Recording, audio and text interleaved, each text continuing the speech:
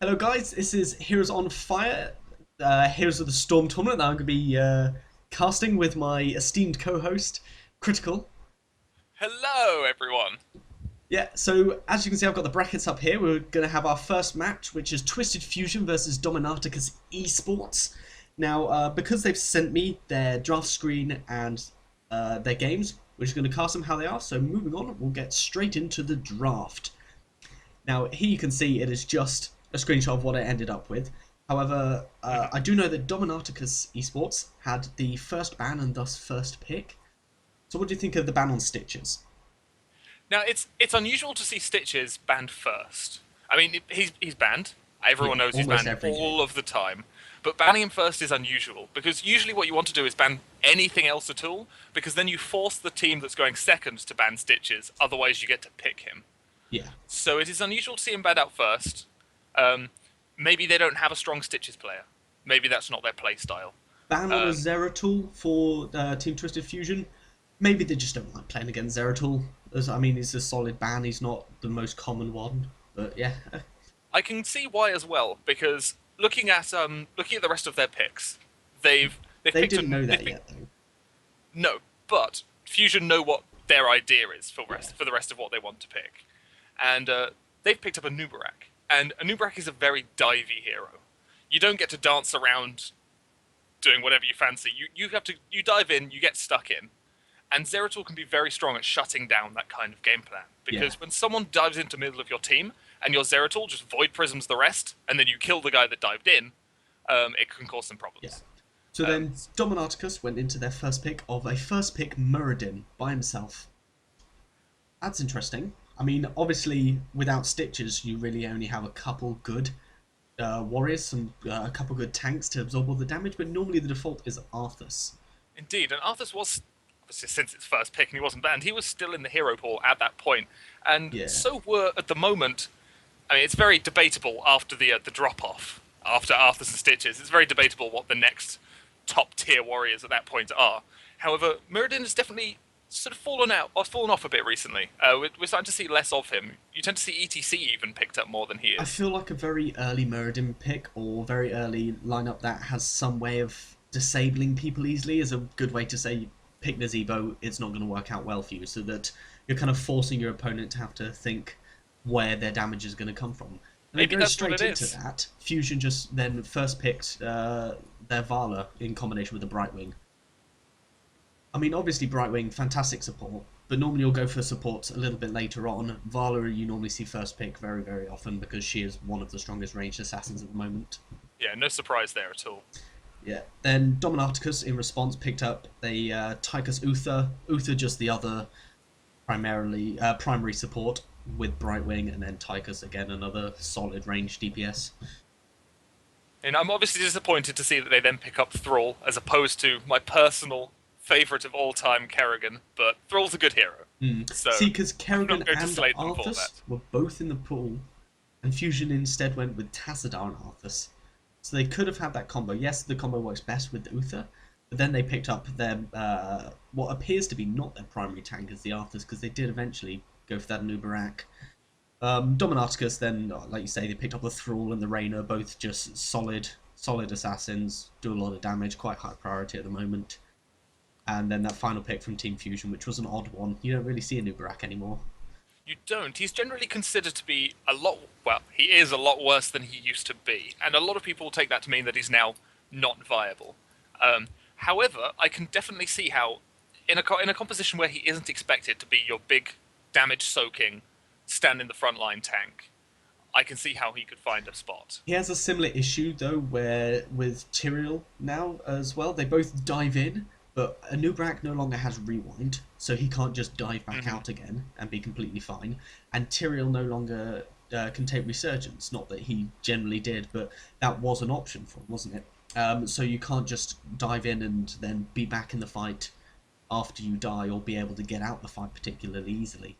Which is why I think Anubrak fell off a lot with obviously the take it with the losing of rewind. Whether a good healer to go with that potentially could have been Rhaegar.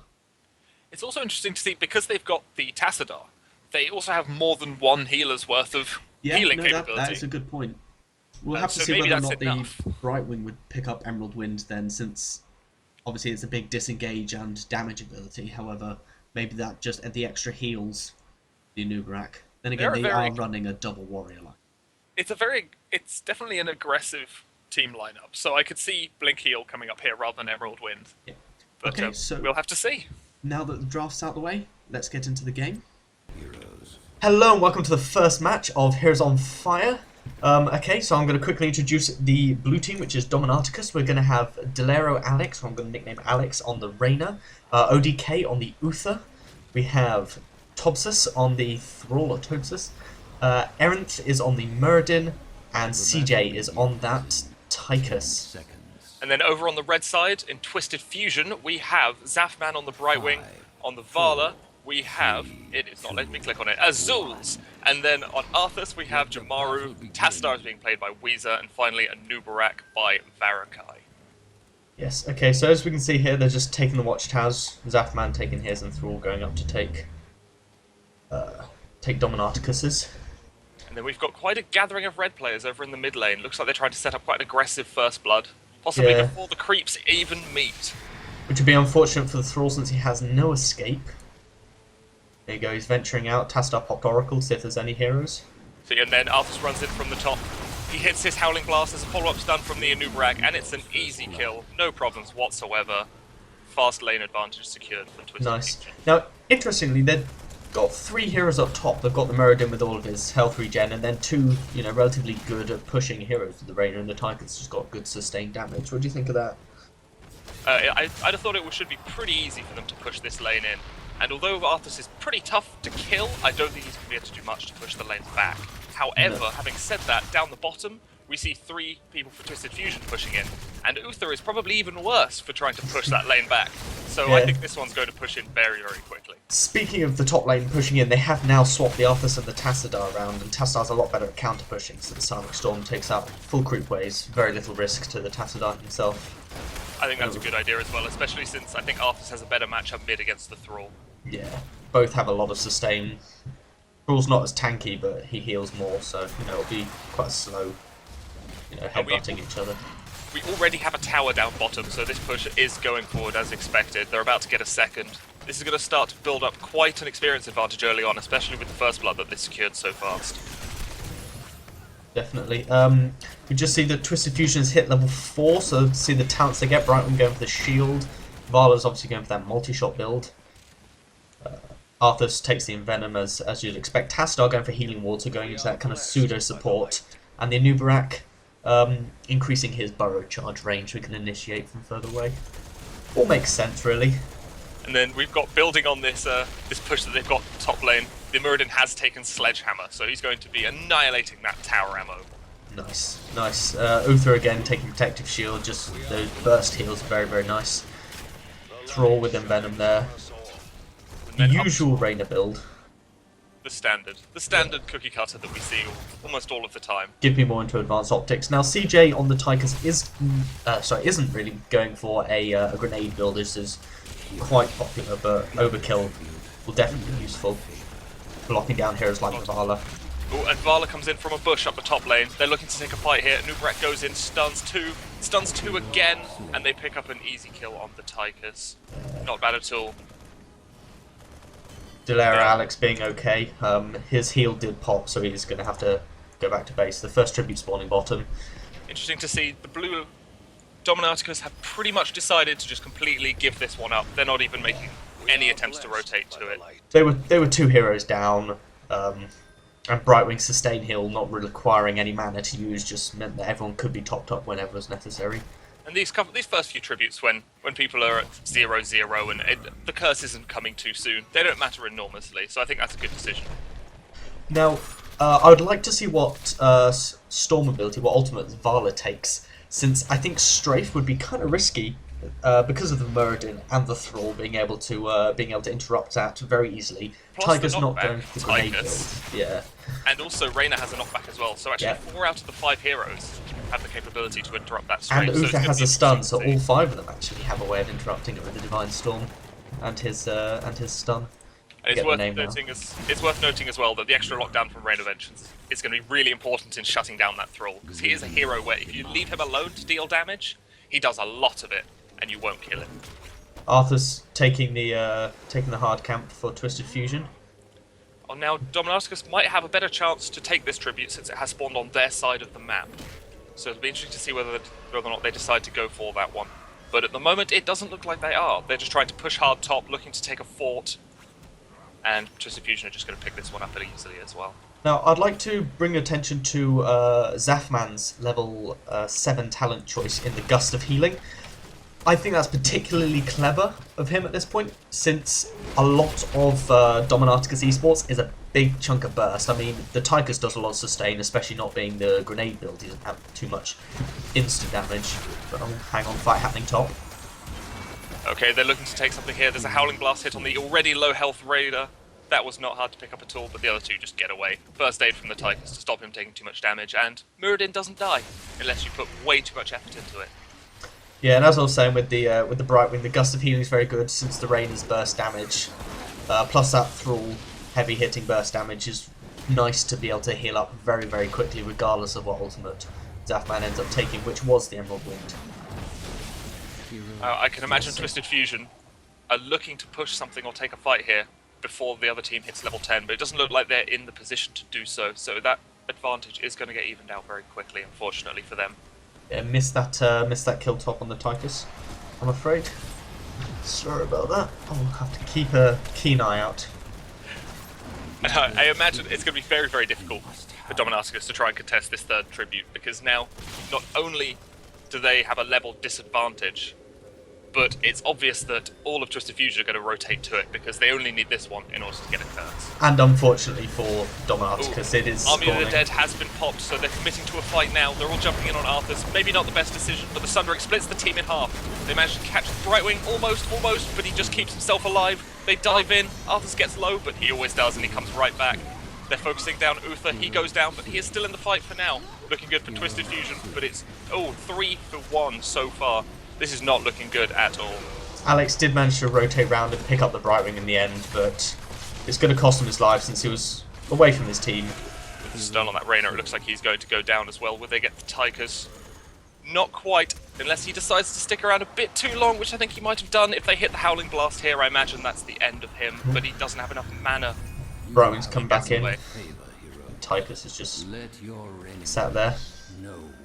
However, now this curse, I imagine, is going to be huge. Interesting decision for them, though, to go and take the boss this time. Yeah, now normally you go and push with the curse, since all minions' health is at 1, all enemy minions, sorry, health is at 1, forts and towers don't attack you, which is great for just pushing. You're not contested really, you still get experience from wiping out a creep wave really quickly, but normally if you take a boss, you're wasting a good 15 seconds of that curse, as you'll see here. The curse is going to tick down to 30 seconds by the time they've taken that boss, so that's the They may just be thinking that because of their level advantage and all of that, the enemy team is just going to have to defend. Yeah. So they're just going to use the free time to just pick up something safe. But on the back of that, if the enemy team's going to have to defend, why not take the enemy team's boss? That is true, actually, yes, because one of the problems that teams often encounter when they're behind on this map is something like a curse comes up, and suddenly you have to defend, so they take your boss. And then suddenly you have to defend against their boss, and they take their own boss. And what? Who just died there? Two people got caught out on top. I was watching it. There's the whole team of Twisted Fusion are up top.